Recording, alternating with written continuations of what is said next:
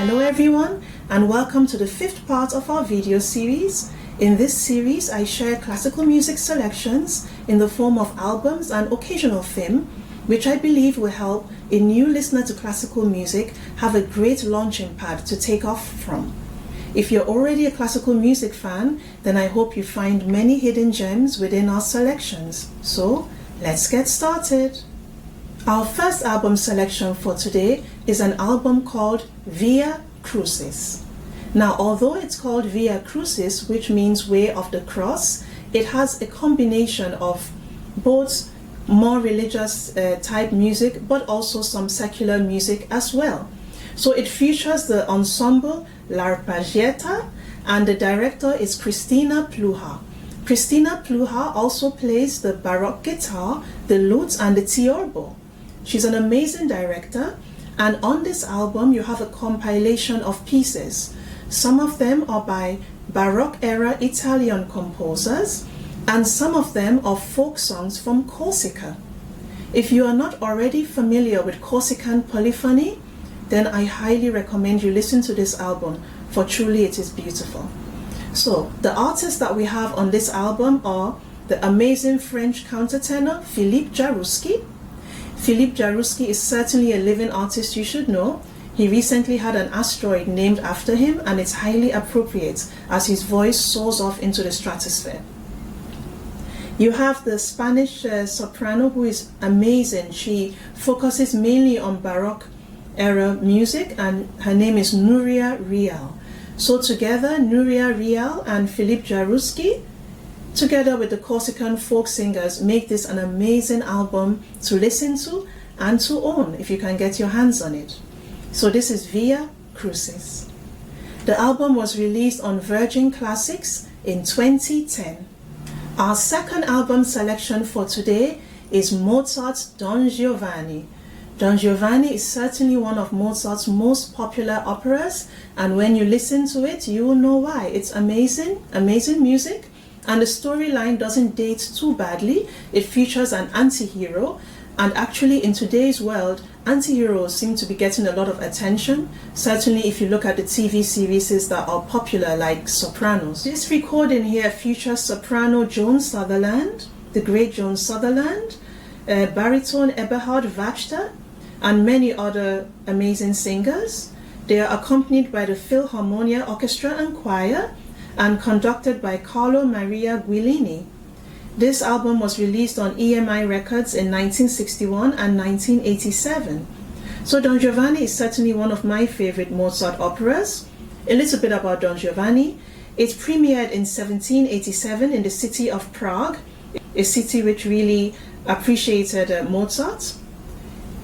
And the librettist is Lorenzo da Ponte. And the subject is based on the character of a play by the Spanish playwright Tirso de Molina in his 1630 play The Seducer of Seville and the Stone Guest. Our third album selection for today is called Voice of the Violin, and this will fall in the compilation category of this series. And you have a great compilation here of composers such as Rachmaninoff, Tchaikovsky, you have Strauss, Dvorak, Mozart, Donizetti, a very good mix of composers. And it features Joshua Bell, the amazing Joshua Bell, on his 310-year-old Stradivarius violin. So on this recording, Joshua Bell is accompanied by the Orchestra of St. Luke's and conducted by Michael Stern. This album was released on Sony Classics in the year 2006. Our fourth album selection for today leads us into the legendary artist category. Now, up until this point, all the legendary artists that I have featured are artists who have passed away. But this artist is very much still alive and definitely is a legend, and it's Martha Argerich, the pianist. So this album recording was released on Deutsche Grammophon in 1968, and on it Martha Argerich plays Chopin's Piano Concerto No. 1 as well as Liszt's Piano Concerto No. 1, and she is conducted by Claudio Abbado and accompanied by the London Symphony Orchestra. If you aren't already familiar with these pieces, then you would certainly want to hear them being played by Martha Argerich, as she is recognized as being one of the greatest pianists that ever lived. So Martha Argerich was born in Buenos Aires in 1941 to Jewish Spanish parents. She began playing piano at the age of 3. She gave her debut concert at the age of 8. In 1957, at the age of 16, she won both the Geneva International Music Competition and the Ferruccio Busoni International Competition back-to-back. She had a 3-year hiatus where she didn't play piano due to some difficulties, including difficulty finding a teacher, but she came back in full force and she made her first album recording in 1960. Martha Argerich is truly a legend in every sense of the word. She's a legend as a pianist. She still plays piano and she's a virtuoso pianist. She has kept a very private public life, so that adds to her mystique. But we know enough to know that she was able to have success in battling stage 4 metastatic cancer to the brain. She was tried on an experimental medication, and so far she's still in remission. So this is an amazing thing.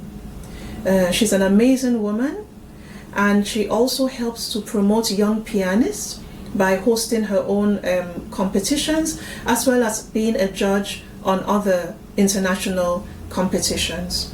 So an amazing pianist, an amazing person, Martha Argerich, our legendary artist for today. Our 5th album selection for today takes us into the Living Artist to Know category of this series, and our Living Artist to Know is the beautiful soprano Jeanine De Bique.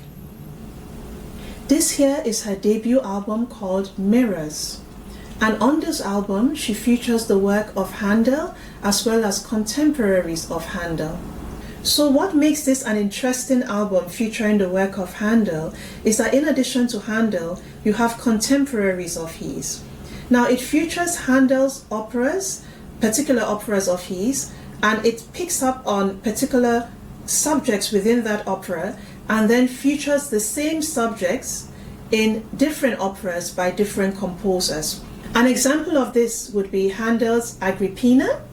So in Handel's Agrippina, he's dealing with Agrippina the Younger. And then it's paired with Telemann's Germanicus. And in Germanicus, the Agrippina, who is the main subject, is Agrippina the Elder. Jeanine De Bique was born in Trinidad and Tobago. And as a child, she studied piano and participated in her school's choir and won the regional competition called Sanfest. She moved to New York City in 2002 to attend the Manhattan School of Music. While she was there, she auditioned for Theatre Basel and got accepted on the spot into the Young Artist program. She was with them for a year before moving on, and she was able to get signed with an agency called Sorek Artist Management, with whom she is still with today.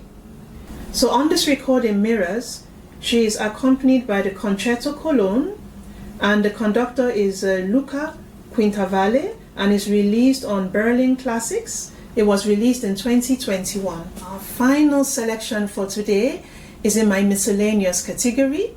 Typically, I will be showcasing classical music from parts of the world outside of the Western world, so traditional classical music from around the world. But like I've promised, there will also be occasional film. So today we have a film, and this is called Great Pas de Deux, and this is ballet. Some of the principal artists featured on this DVD are Darcy Bussell and Jonathan Kopp.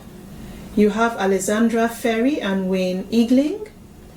You have Natalia Makarova and Anthony Dowell. So it's a wonderful compilation, and even if you don't particularly seek out ballet, well, this is a great way to see beautiful dancing, and it's accompanied by wonderful music. We've come to the end of the video series for today.